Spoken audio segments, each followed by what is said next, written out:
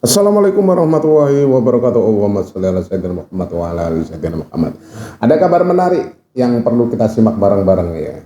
Kiai Haji Imam Ghazali Said yang merupakan Ketua Rois Am PCNU Surabaya mengatakan bahwa polemik yang saat ini berkembang, polemik yang saat ini lagi rame yaitu tentang tesnya Kiai Haji Madudin Usman Al-Bantani itu seharusnya ditanggapi serius, entah itu dari Robito RA, entah itu dari dari NU, kalangan umat NU sendiri ya, yang mana kata beliau NU ini terlalu terlalu lemah lembut katanya untuk menganggap seseorang yang belum tentu ya, mengaku-ngaku sebagai keturunan baginda Nabi besar Muhammad SAW. Gak perlu panjang lebar biar tidak salah paham ya dalam menanggapi sebuah video. Mari kita simak bareng-bareng apa kata beliau. Disimak, jangan di skip biar otak kita tidak koslet, kita tidak paham ya apa yang akan beliau sampaikan nantinya. Bagaimana videonya? Tetapi sebelum kita lanjut kepada video selanjutnya, buat Anda yang belum subscribe channel ini, silahkan subscribe. Jangan lupa juga tombol loncengnya ditekan. Biar setiap channel ini upload video terbaru, Anda adalah orang pertama yang mendapatkan notifikasinya. Ini dia videonya ya, monggo. Disimak bareng-bareng apa kata beliau.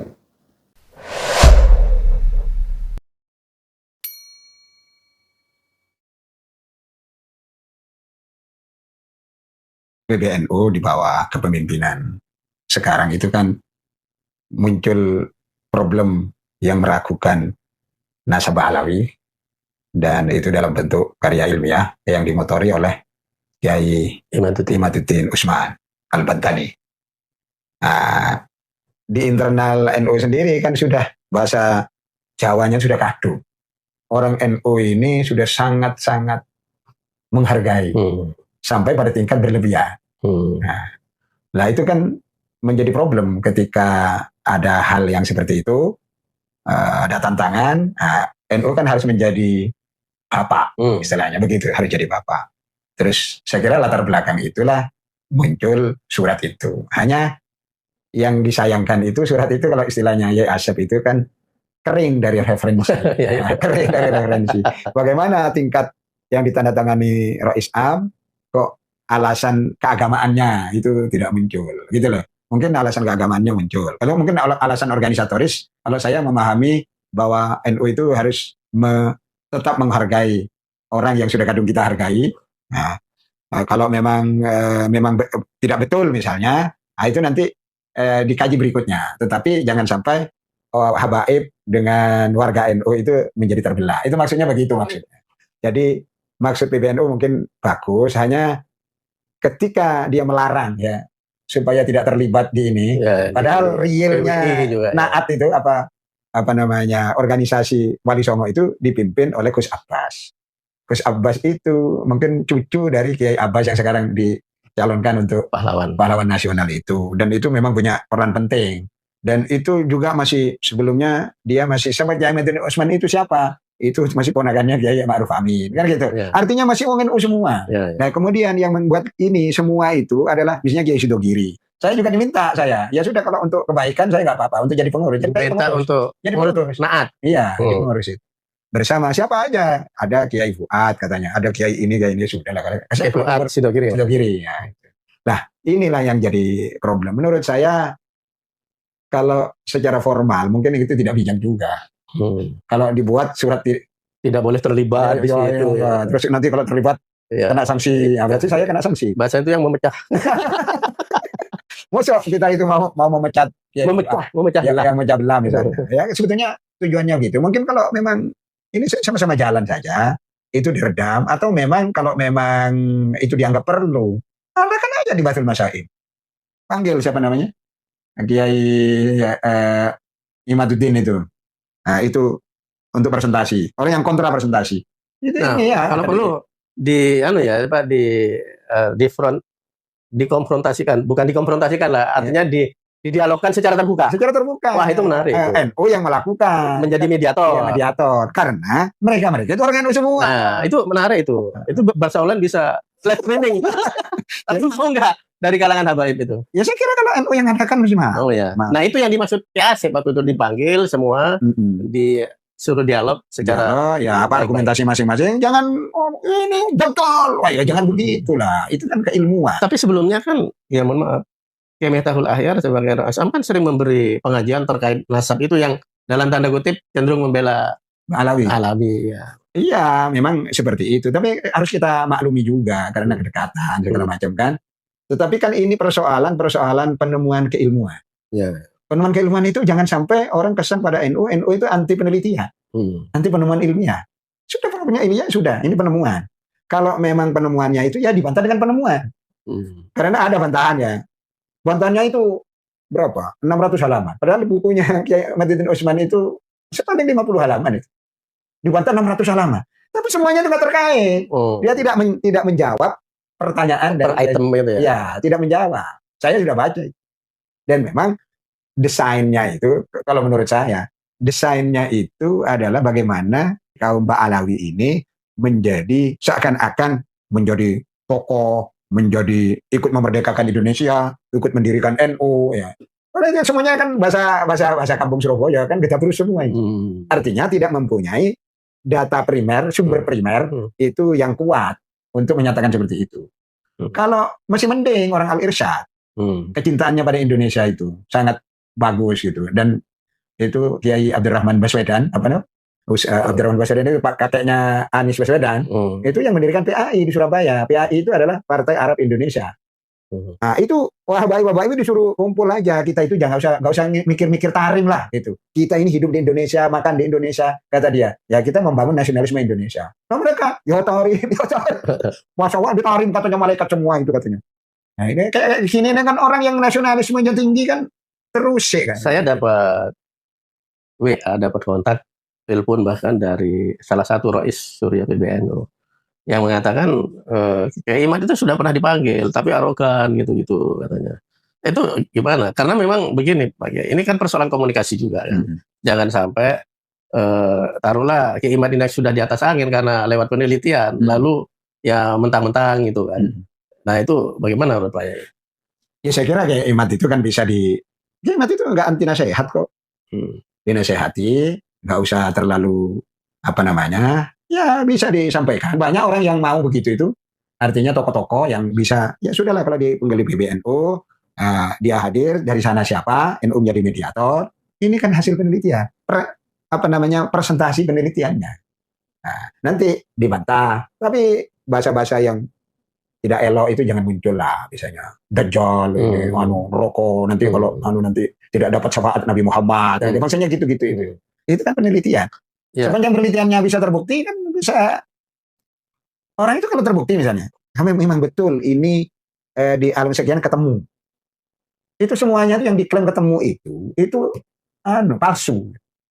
Yang orang ditulis tahun 60 dibilang ini pada abad ke-4 Hijriah. Misalnya. Tapi dari konflik nasab yang sangat keras, kalau saya sudah sangat keras ini kan ada caci maki segala kan. Yang itu kita sayangkan juga berkepanjangan. Ini kan sudah banyak hikmahnya, ya kan?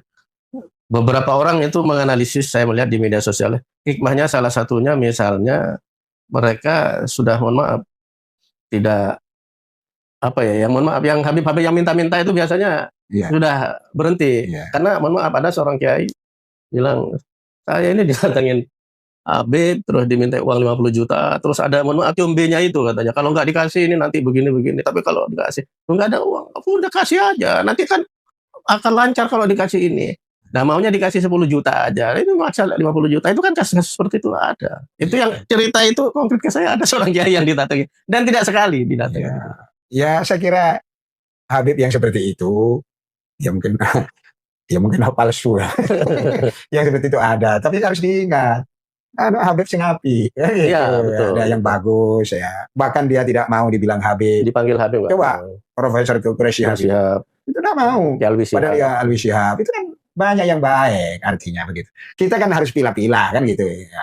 Jadi yang baik ya. Dan mereka juga tidak mengaku juga sebagai turunan Nabi. Mereka biasa aja orang mau ngaku atau nggak diakui kan nggak persoalan. Kita itu harus kembali. Inna akramakum indallahi atqakum. La fadla li arabiyyin wa ajamiyyin illa bitaqwa. Itu kan ajaran Islam egaliter. Nah, itu lah mereka nggak mau begitu. Sepanjang dia tidak mau, ya nggak bisa. Ayo kembali ke sini. Anda kalau bagus, Anda kalau pandai, Anda kalau alim, ya sudah kita hormat. Anda gablek, walaupun Habib tapi gablek, nggak usah nyingkir aja. Kan apalagi mengkotek. Apalagi dia itu palsu. Lain lagi. Jadi tidak urusan dengan palsu atau tidak. Sudahlah. Komunitas ini mungkin jalan nggak apa-apa lah sekarang, misalnya jalan nggak apa-apa lah.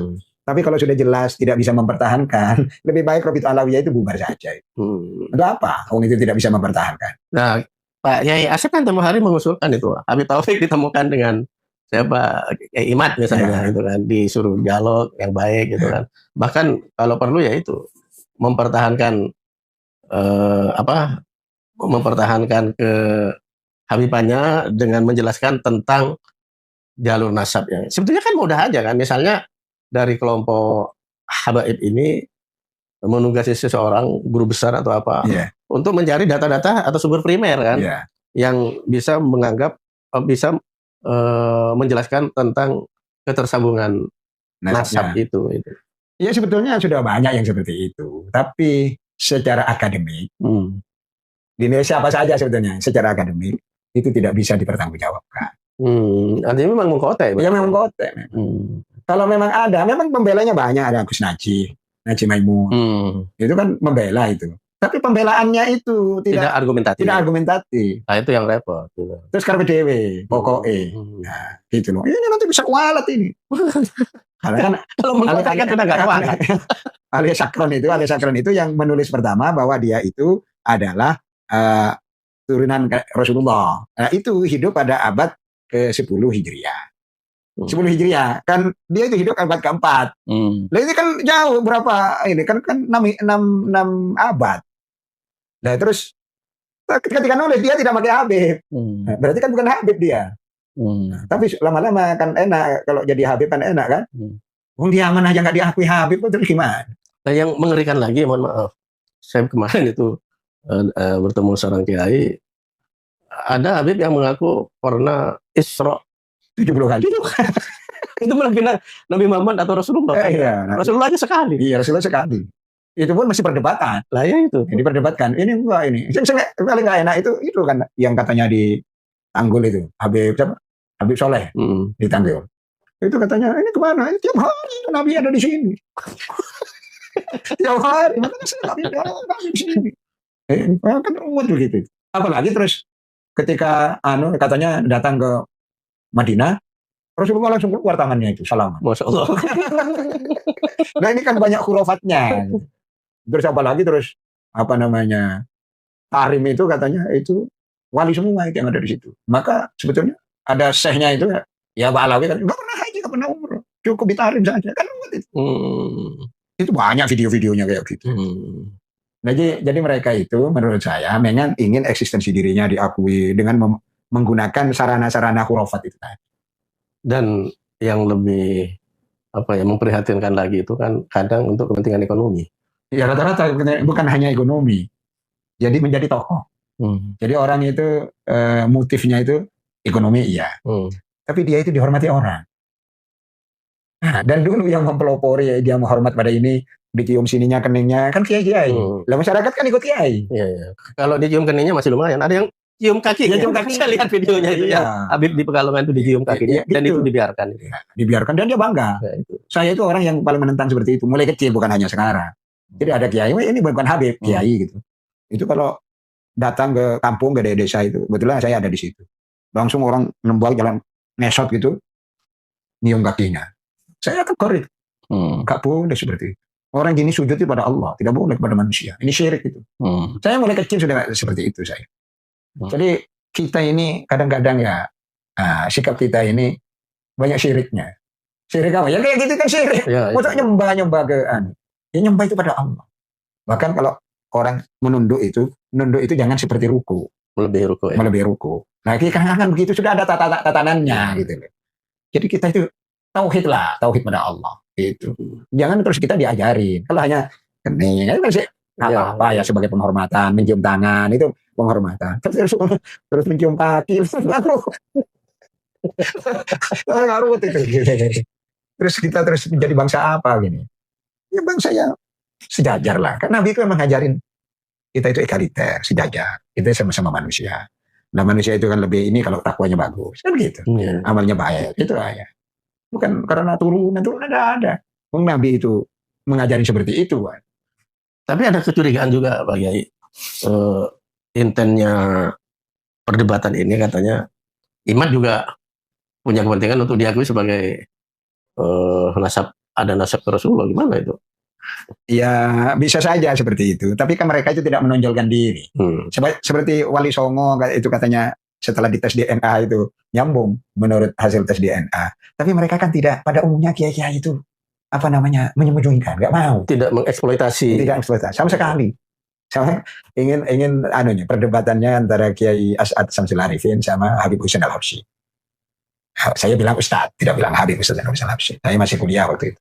Waktu NU menerima asas tunggal, dia kan orang Masyumi asalnya. Yang Habib ini. Yang Habib Hussein Al-Habsyi, Bangil Yapi itu. Yang sekarang jadi Syiah. Iya. Nah, itu datangi Kiai As'ad.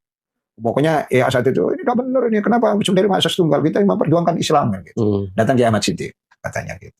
Ya As'ad itu ya senyum-senyum katanya ya As'ad. Ya As'ad itu nggak bisa debat. Orang Arab itu kan aku ngomongin di mana-mana. Wallahi. Terus saya As'ad jawabnya, "Ye, aku lihat sampean iki lho padha. Padha apa? Sama-sama tidak Rasulnya. Hanya bedanya aku pesek sampean mancu." Jadi As'ad begitu cara jawabnya. Jadi persoalan ini nerima Pancasila itu saya melihat maslahat. Kalau orang Islam itu bertentangan dengan pemerintah terus orang Islam itu gak iso maju, sekolah gak iso, ini tidak bisa.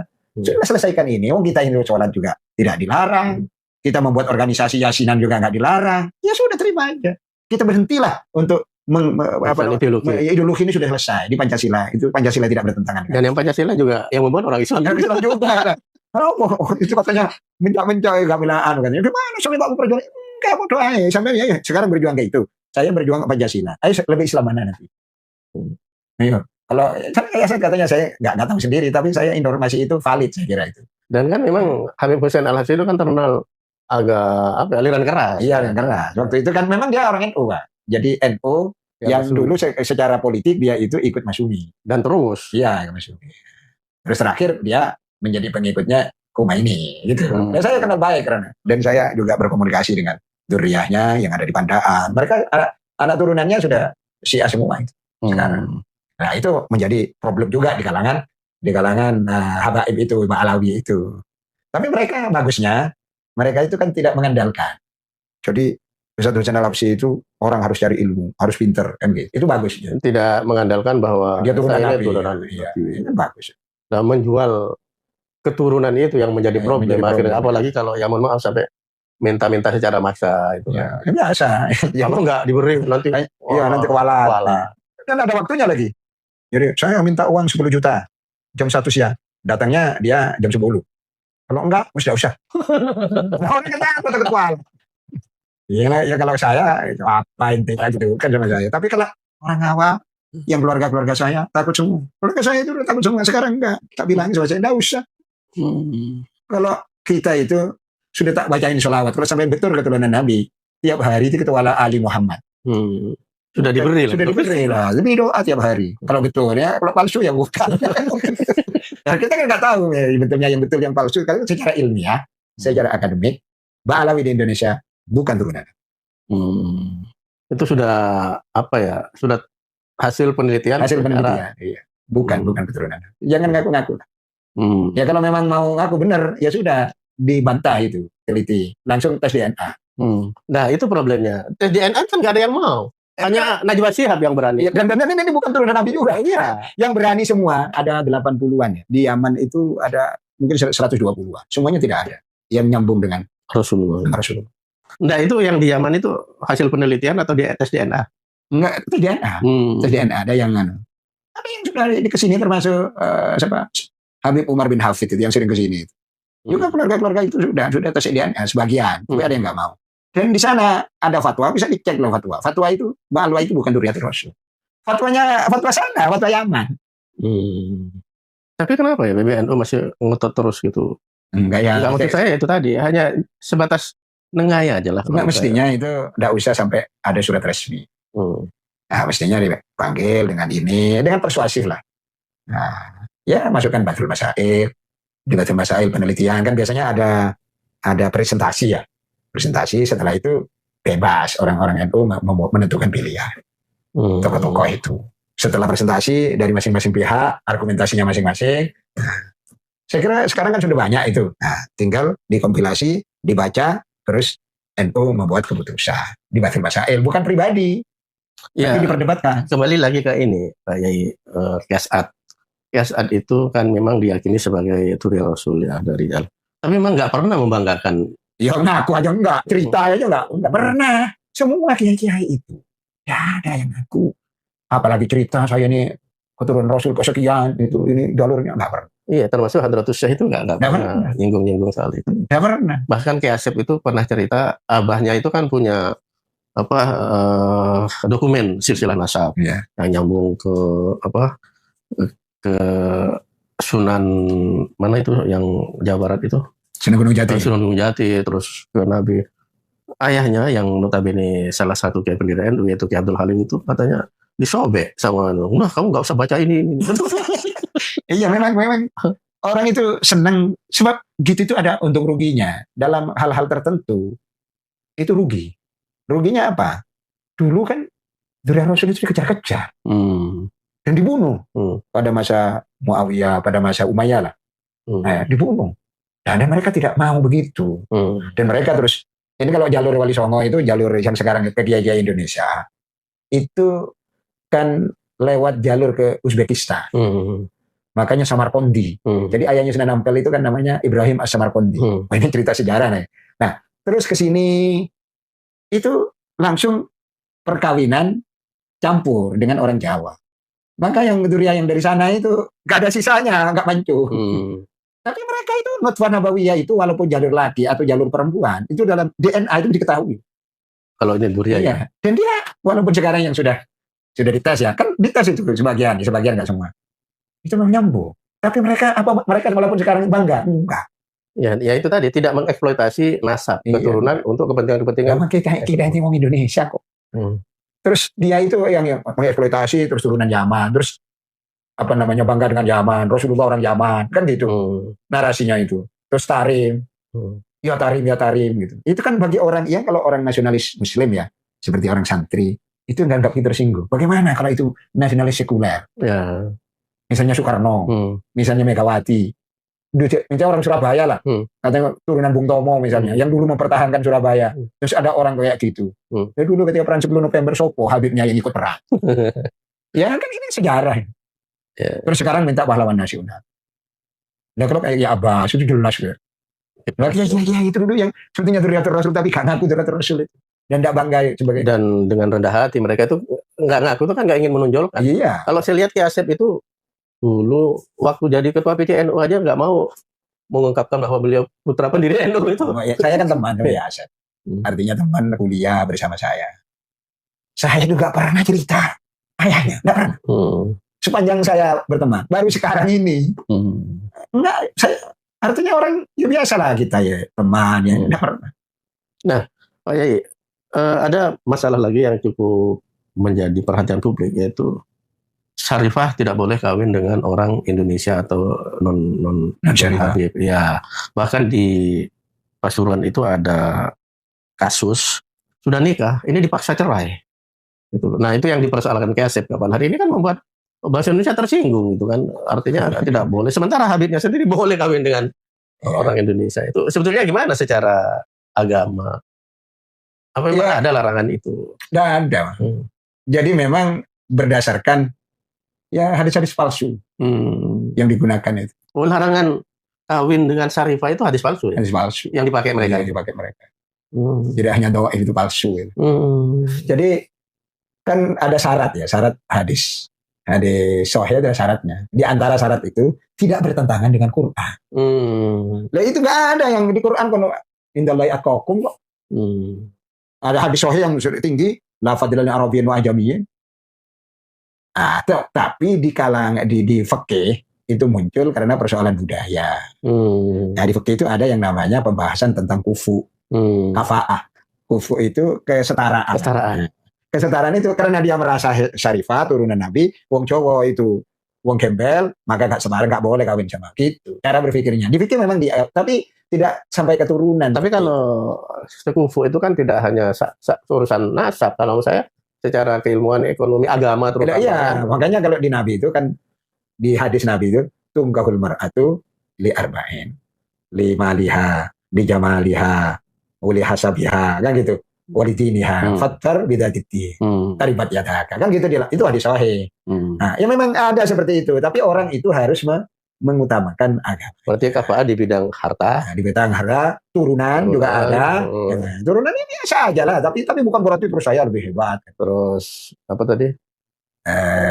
Agama ya, dan satu lagi apa tadi? Lima liha, kemudian lima liha, wajamaliha, kecantikan atau ketampanan. Ya, ketampanan. Itu. Nah, itu kan sebetulnya persoalan itu sudah terbahas jauh sebelum Rabithah Alawiyah itu berdiri. Rabithah Alawiyah kan berdiri tahun 1928. Nah, di tahun-tahun sebelum Al-Irsyad berdiri, itu ada Syekh Surkati namanya. Orang Ali Surkati ya? Ahmad Surkati. Atau Al-Irsyad ya? Iya, pendiri Al-Irsyad. Itu orang Arab bukan? Orang Sudan. Orang Arab, Sudan ya? Orang Dongola itu. Yang undang itu Jamiat Khair. Jamiat Khair itu ya Habib itu. Yang undang ke sini. Aslinya sama Arabnya ya? Ya sama Arabnya. Tapi ini kalau Arab itu kan ada dua. Ada namanya Masyayikh, ada namanya Habaib. Yang Masyayikh ini non-Dzurriyah, yang Habaib ini Dzurriyah, gitu nih ceritanya awalnya. Ini kan alim ini, Al-Irsyad, Syekh Surkati itu. Yang undang itu ya memang orang Habaib itu di Jakarta. Dia ngajar. Terus ada orang tanya, kan biasa kan orang Indonesia ada cantik, kan pacaran sama anaknya Habaib kan gitu, Syarifah kan. Sudah bersama-sama cinta. Terus tidak boleh, ini Syarifah, tidak kufu ini, kan gitu alasannya tidak kufu. Kemudian minta fatwa ke Ahmad Surkati, kan yang alim, yang alim dia. Iya, Ahmad Surkati itu yang alim. Yang alim. Nah, tanya, ya apa itu dalam agama? Tadi langsung marah, heboh, ya heboh. Kalau sekarang viral dia, akhirnya itu dikawinkan, heboh, akhirnya melanggar ini padahal kita yang undang kan. Akhirnya dia disingkirkan, tidak dijadikan apa-apa, bahkan guru itu dibatasi untuk ngajar. Nah, itulah akhirnya kalau saya begitu, kan dia punya pengikutnya. Mendirikan Al-Irsyad itu. Nah, Al-Irsyad lebih dulu berdiri. Mereka harus punya wadah lagi, namanya Rabithah Alawiyah itu. Oh gitu ya. Ini terus dia sekarang bilang katanya yang mendirikan NU itu Habaib, yang mendirikan Muhammadiyah Habaib. Ketemu pirang-pirang. Berarti yang benar itu yang mendirikan Rabithah. Itu yang mereka.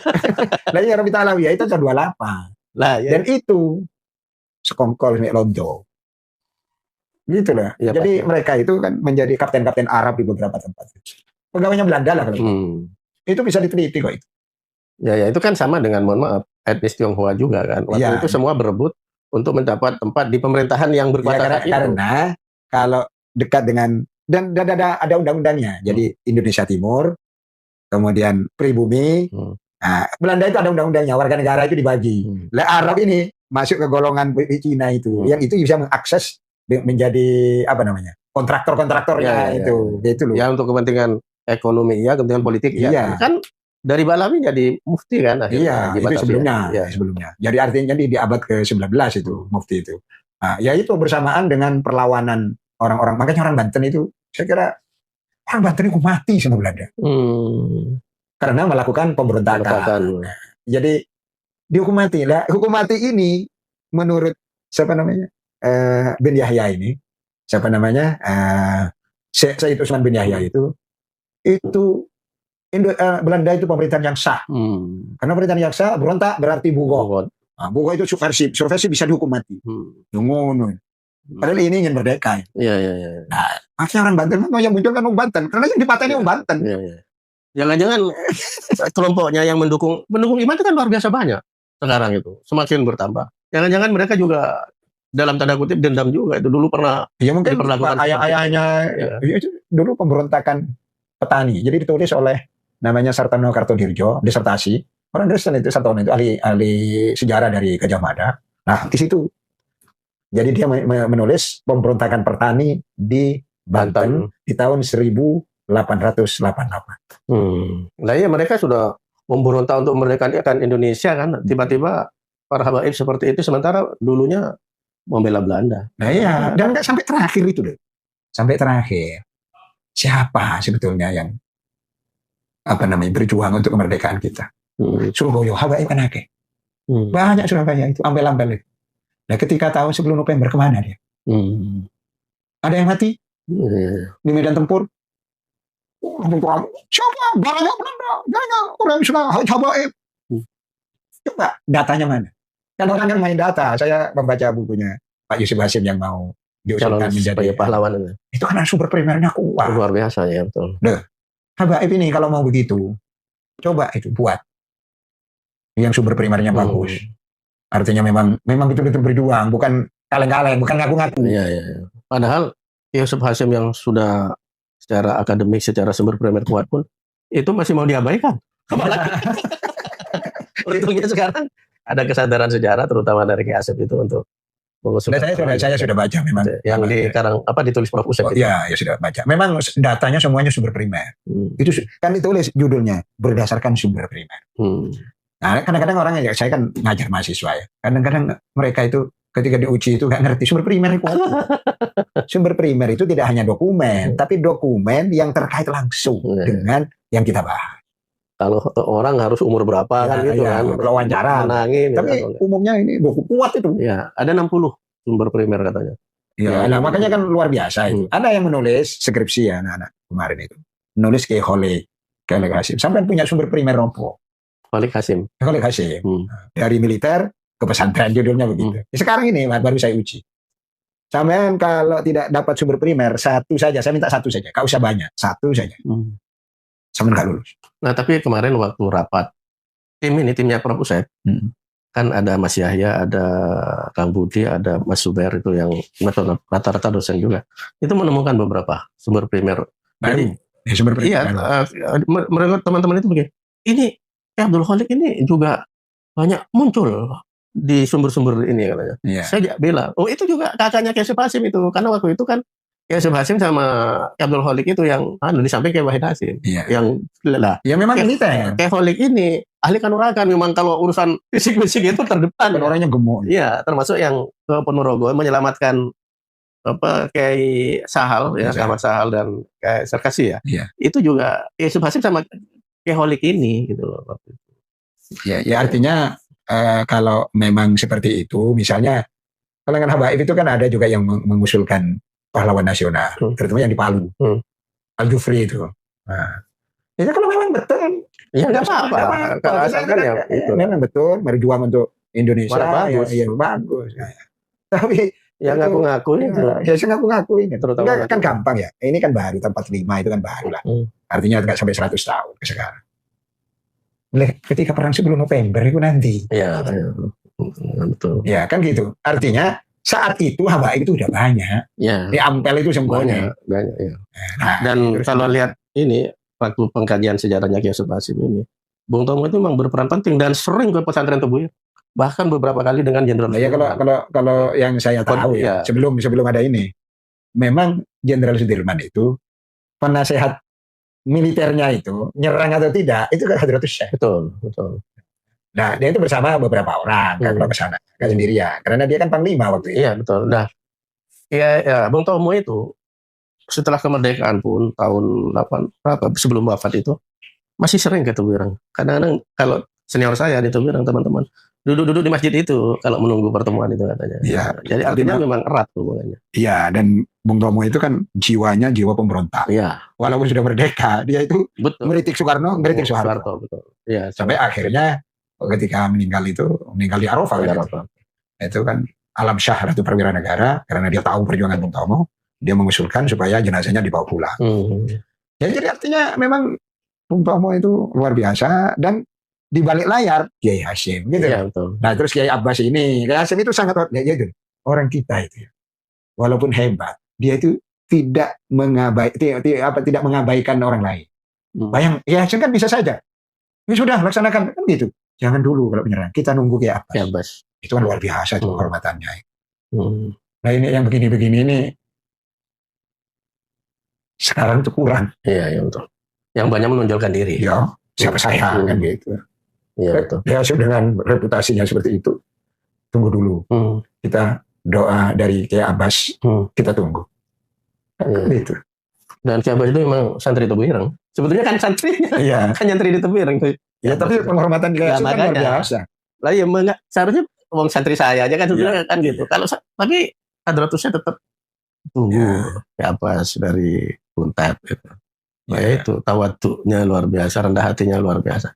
Betul, semakin langka. Yang masalah ini. Ya biasanya orang kan, ya ini saya, ya sudah, saya saja kan gitu. Saya 85-nya gitu. Posisinya Kiai Hasyim itu Rois Akbar. Saat itu ya Rois Akbar, kan belum dirubah Rois Am. Terus secara hierarki santri guru santri dia gurunya. Tapi bagaimana? Kan ada dua sebetulnya, ada Kiai Ma'ruf Dumblu. Kiai Ma'ruf Dumblu itu juga Kiai Hasyim sangat hormat sama Kiai Ma'ruf Dumblu, itu berdiri. Dia perang 10 November belum terungkap itu. Karena dulu ayah saya itu ikut, jadi dia yang cerita ke saya. Tokohnya sebetulnya orang yang mestinya itu ya, saya ini yang berperan penting secara teknis itu Kiai Maharsari Lirboyo. Baik sahabat santri dimanapun Anda berada ya, barusan kita sudah simak keseluruhan dari dialog kebangsaan, yaitu Profesor Ghazali Said yang mengatakan kita itu seharusnya berterima kasih dengan adanya tesis Kiai Haji Imaduddin Usman Al-Bantani. Karena apa? Dengan adanya tesis Kiai Haji Imad ya, apa yang dulu ya kata beliau ya, bukan kata saya, kata beliau, kata Prof Ghazali ya. Dulu banyak yang dalam tanda kutip ya, ada oknum yang suka meminta-minta, mengatasnamakan baginda Nabi besar Muhammad SAW dalam tanda kutip ya, seorang kabib ya. Tetapi dengan adanya tesis Kiai Haji Imaduddin Usman Al-Bantani agak berkurang ya, agak berkendor lah. Dan juga cerita-cerita khurafat yang selalu digaungkan dalam acara yang bertajuk pengajian ya.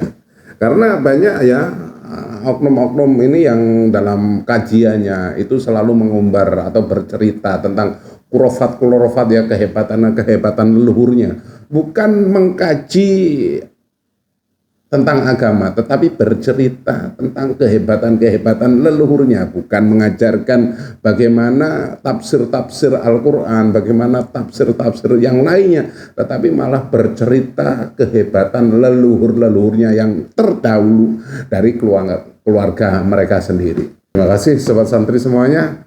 Sampai di sini jumpa kita, dan mungkin ada yang terkeliru dalam saya bertutur kata, berucap kata, izinkan saya mohon maaf yang tak terhingga. Kita berhusnudon saja, semoga para oknum-oknum ini yang yang hanya ingin mendompleng mencari popularitas semata, semoga cepat tobat.